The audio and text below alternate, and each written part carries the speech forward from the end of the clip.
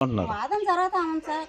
అతను ఒప్పుకోకుండా అట్లా ఉంటే ఒకరి మీద కేసు పెట్టాం సార్. ఒకరు చేసిన పని అయితే కాదు ఇదంతా. వాడు బ్యాచ్ 4-5 తాళ్ళతో కట్టేసాను సార్. దీన్ని వాడు చేతలు ఇడిపించుకొని తెంచుకొని వచ్చిన వరి కూడా కాదు. 2 రోజులు కట్టేసాను. 2వ రోజు రాత్రి రోడ్డు పెరుక్కొని వచ్చింది. ఇది దాని సాగుకు దిగబడిపోయి పెరుక్కొని వచ్చింది. ఇవన్నీ మా బర్రెలు అన్నీ కూడా చిన్న బర్రెలు కాసుకోండి. మీరు ఇదే బర్రెలు ఇచ్చేసాను.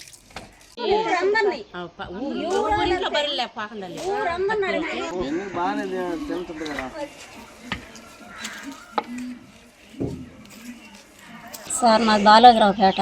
నా పేరు గుత్తాదానమ్మ. మా బర్రెలు పోయినాయి సార్. గతంలో 3 బర్రెలు పోయి మొన్న శుక్రవారం రోజు 2 బర్రెలు కట్టేసారు. శనివారం రాత్రి తెల్లారుజాము 1 గంటకు ఒక బర్రె వచ్చింది. ఒకదాన్ని ఎత్తేసారు. ఆదివారం పోయి మేము కేసు పెట్టినాము. కేసు పెడితే వాళ్ళు ఇంకోరికి వచ్చింది. సోమవారం వచ్చారు. దానికి ఏమో ఆయన రెస్పాన్స్ కాలేదు. మంగళవారం రోజు బ్యాంకింగ్ అడిగి చేరుకుంది స్టేషన్కి. ఇంక అప్పటి నుంచి మేము విసారిస్తుంటే మాకేం సమాధానం చెప్పలేదు. ఓళ్ళు విసారిస్తుండ్రు, చెప్పలేదు. ఇప్పుడేమంటే ఈరోజు స్టేషన్లోనే ఉంటూ నేనే చేసిందని చెప్పలేదు. ఇంకెవరో మరి 4-5 ఉండరు సార్ వాళ్ళ బ్యాచ్. వాళ్ళ బయటికి దాంటే ఆయన తేలేదు. నాకు తెలియదు అంటుండు. ఈ బర్రెలు కూడా నేను కాదు చేసింది అంటుండు. ఆయన చేసిండు అన్నాటికి మాకు 3 ఏళ్ల కిందట 2 బర్రెలు ఎత్తేసిండు. 70,000 కట్టించిండు వాళ్ళకి, మాది వాళ్ళకి. ఆ తడవ మా 4 దోళ్ళు బయటకు తోడు తోటలో దోళ్ళని తోడండి. అవి మళ్ళీ మాకేరే వాళ్ళు చెప్పి ఇంటికి పోయి అడిగినా నేను.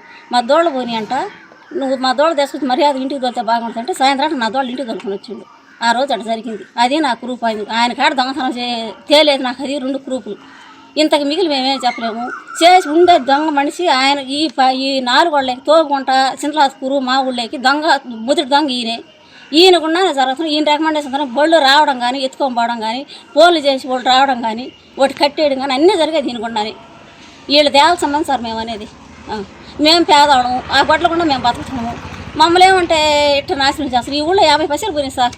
1 కాదు 2 కాదు. ఎవరు కూడా ముందుకు ఎందుకు నోరు మంచిది కాదు. నోరు చిన్న మాట్లాడకూడదు. వాళ్ళమ్మ వాళ్ళక్క ఆడవాళ్ళకి దగ్గర మాట్లాడు. ఆ మాటలు అనిపించుకోవాలి. పోతే దానికి పడింది లేదు. పోతే దానికాడికి ఒక కూలి చేసుకున్నా పోద్ది. 1 నోటికి ఊరు పోతారు.